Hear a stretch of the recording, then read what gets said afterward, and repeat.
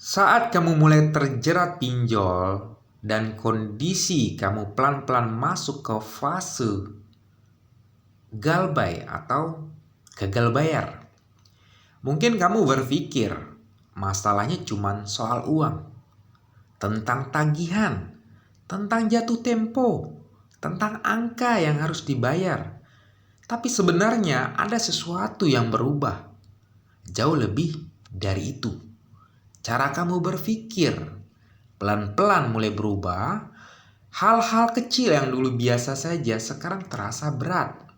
HP bunyi sedikit saja rasanya seperti ada sesuatu yang langsung menekan dadamu. Dan yang paling bahaya bukan itu, tapi apa yang terjadi setelahnya. Di dalam kepala kamu sendiri, karena tanpa kamu sadari, otak kamu mulai bekerja dengan cara yang berbeda. Dia tidak lagi hanya melihat kenyataan, tapi mulai menciptakan kemungkinan atau skenario. Dan anehnya, yang paling sering muncul bukan kemungkinan yang tenang, tapi kemungkinan yang paling kamu takuti.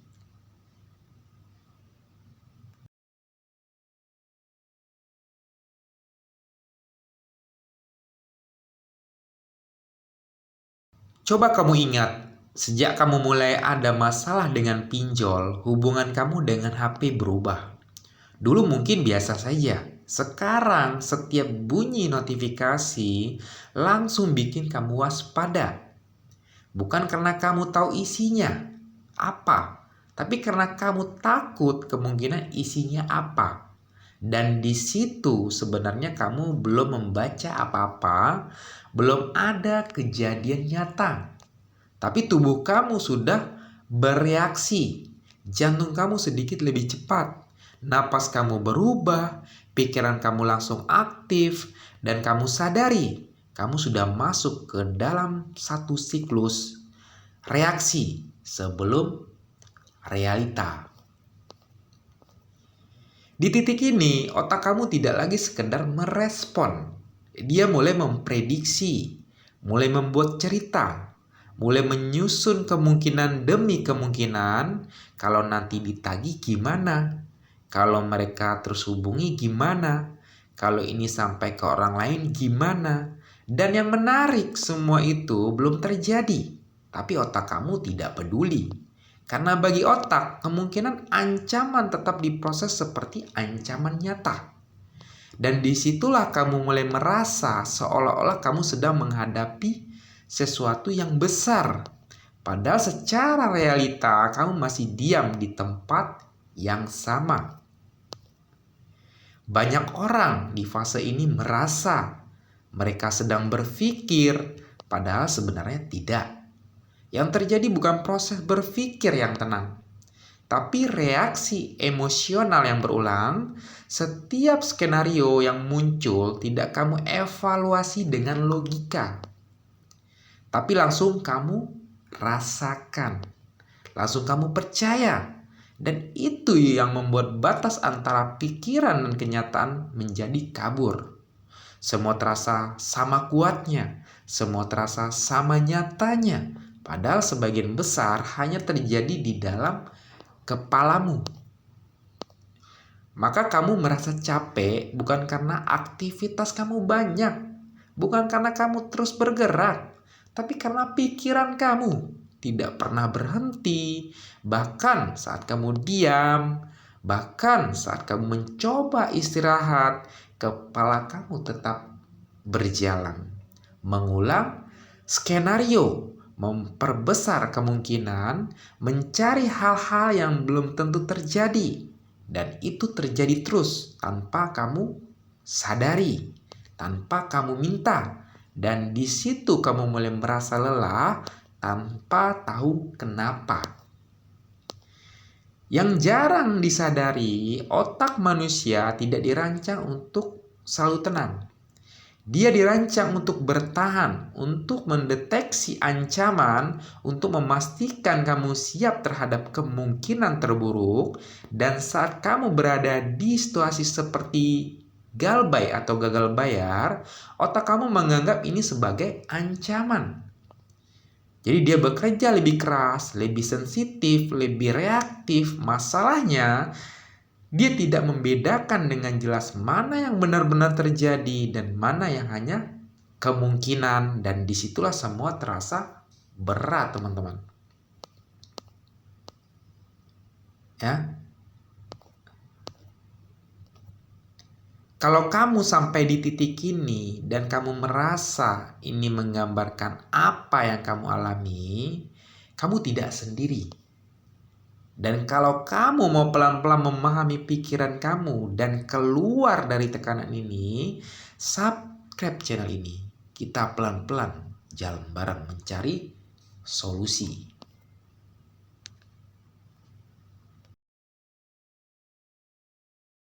Di fase ini, tanpa kamu sadari, banyak keputusan yang kamu ambil bukan karena datang dari ketenangan, tapi dari rasa ingin cepat berhenti, merasa tidak enak.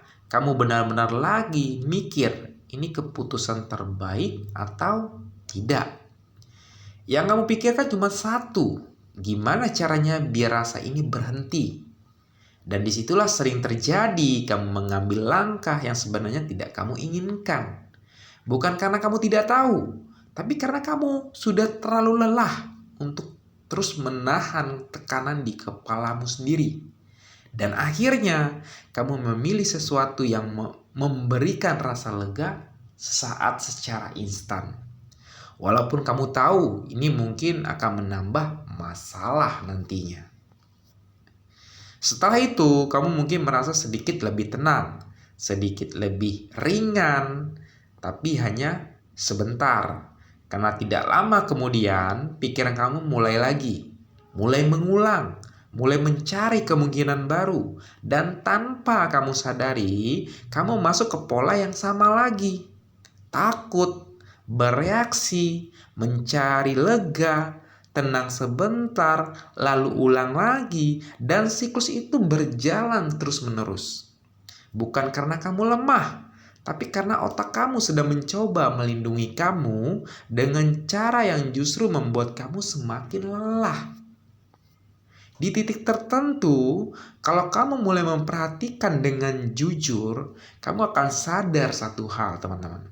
Yang membuat kamu paling lelah bukan hanya kondisi galbay itu sendiri, tapi bagaimana kamu hidup di dalam pikiran kamu, karena realita terjadi sekali, tapi di kepala kamu kejadian sama bisa diputar berkali-kali.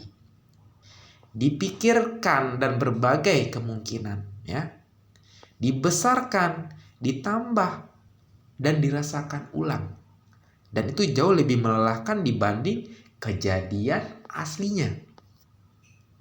Dan disinilah titik yang jarang orang sadari. Kamu sebenarnya tidak harus menghentikan semua pikiran itu, karena itu hampir tidak mungkin. Tapi kamu bisa mulai melakukan satu hal kecil, tidak langsung mempercayainya. Karena tidak semua yang muncul di kepala kamu adalah kebenaran.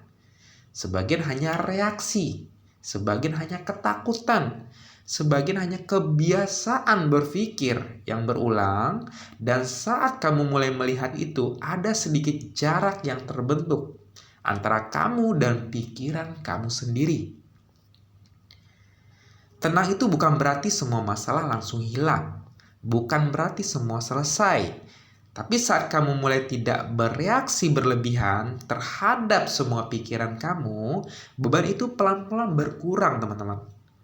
Kamu masih punya masalah, tapi kamu tidak lagi ditambah dengan tekanan dari pikiran kamu sendiri.